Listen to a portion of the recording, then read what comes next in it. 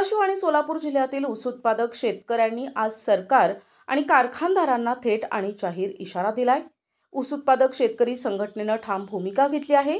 ऊसाला किमान 3000 प्रति टन दर आणि गेल्या हंगामातील थकीत बिले दिल्याशिवाय एकही ऊसाची गाडी कारखान्याकडे जाणार नाही। सोलापूर आणि धाराशिव जिल्ह्यातील शेतकरी ऊस दराच्या मुद्द्यावरून तीव्र संताप व्यक्त करत आहेत। शेतकऱ्यांनी स्पष्ट केले आहे की कारखानदारांनी मनमानी करणे थांबवावे। जोपर्यंत ऊसाचा किमान दर 3000 रुपये प्रति टन जाहीर होत नाही आणि गेल्या हंगामातील थकीत बिले दिली जात नाहीत, तोपर्यंत शेतकरी आपला ऊस कारखान्यांना देणार नाहीत। शेतकऱ्यांनी सरकारला थेट इशारा दिला आहे, दर ठरवा नाहीतर आंदोलन ठरलेलं आहे।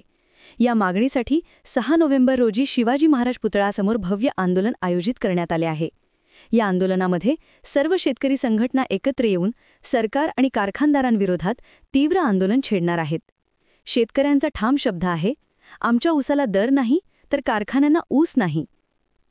शेतकरी संघटना आक्रमक होताना पाहायला मिळते। अनेक शेतकऱ्यांच्या मुद्द्यावर घेऊन जे आहे शेतकरी संघटना रस्त्यावरती येताना पाहायला मिळते। काय एकंदरीत तुमच्या प्रामुख्याने मागण्या आहेत?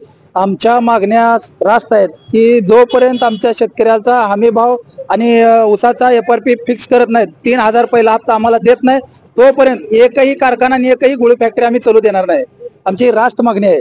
आणि सर्व शेतकऱ्यांना सांगतो मी की येत्या 6 तारखेला आम्ही तुळजापूर छत्रपती शिवाजी महाराज या चौकामध्ये मोठं आंदोलन उभा केलंय। या आंदोलनाला आम्हाला सर्व शेतकऱ्यांनी पाठिंबा द्यावा ही सर्व शेतकऱ्यांना आम्हाला कळकळीची विनंती आहे।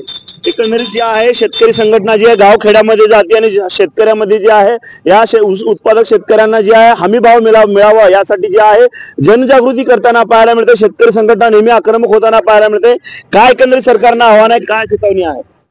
आमचं एकच सांगणं आहे, राज्य सरकार आणि केंद्र सरकारचा ऊसाचा दर म्हणजे 3540 रुपये आहे आणि ही शेतकऱ्याला फसवणूक करतात। गुळ कारखानदार एकत्र धाराशिव जिल्ह्यामध्ये बैठक घेतात। काय सोलापूर जिल्ह्यातले कारखाने आहेत, बैठक घेऊन त्यांनी ठरवितात की ऊसाला 24 रुपये यावर्षी भाव दिला पाहिजे। गेल्या वर्षी 2800, त्याच्यावर गेल्या वर्षी 2800, या वर्षी भाव कसा कमी होऊ शकते? म्हणून ऊस उत्पादक शेतकरी असतील, शेतकरी संघटना असेल, हमी भाव जोपर्यंत जाहीर करत नाहीत, 3000 रुपये पहिली उचल आमची मागण्या मान्य होत नाहीत, तोपर्यंत आमचं आंदोलन चालू राहणार आहे आणि एकही कारखाना आम्ही चालू होऊ देणार नाही। आणि ऊस उत्पादक शेतकऱ्याला माझं एकच कळकळीची विनंती आहे की लढाई आपल्या स्वतःची आहे, त्याच्यामुळे सगळेजण मैदानात उतरलं पाहिजे। गावामध्ये टोळ्या आल्या तर त्यांना टोळ्याला बसू द्या, सहकार्य करा त्यांना, पण ऊस तोडू देऊ नका। जोपर्यंत आपल्या मागण्या मान्य होत नाहीत, कारखानदारी भाव जाहीर करत नाहीत, तोपर्यंत आपण कुठलाही कारखाना चालू द्यायचं नाही, कुठल्याही आपल्या ऊसाला कोयता लावू द्यायचं नाही। एकंदरीत तुमची मागणी जी आहे मान्य सरकारने नाही केली तर भूमिका काय असणार आहे? आमची भूमिका एकच असणार आहे, छत्रपती शिवाजी महाराज इथं पुतळ्यासमोर तुळजापूर इथं आपण आंदोलन करणार आहे। येणाऱ्या 6 तारखेला इथं आंदोलन चालू करणार आहे। त्या आंदोलनाला बसल्यानंतर आम्ही तिथून उठणार नाही, कारण राणादादा असतील, ओमदादा असेल, आम्हाला कुठल्या पक्षावरून घेणं देणं नाही। आमच्या शेतकऱ्याला सर्वांनी मिळून, कलेक्टर साहेब असतील, सगळ्यांनी मिळून आम्हाला न्याय द्यावं आणि 3000 रुपये भाव देण्याची सगळ्याची बैठक घेऊन आम्हाला भाव शेतकऱ्याला न्याय मिळून द्यावं, उत्पादक शेतकऱ्याला एवढंच माझं सांगणं आहे। एकंदरीत जे आहे धाराशिव जिल्ह्यात आले, परंतु आता काय असणार आहे भूमिका? आणखी काही शेतकऱ्यांचे बिल बाकी आहेत, आणखी बरेच शेतकऱ्याचे 8 ते 10 कोटी अजून मेत्रे साहेब देणं बाकी आहे।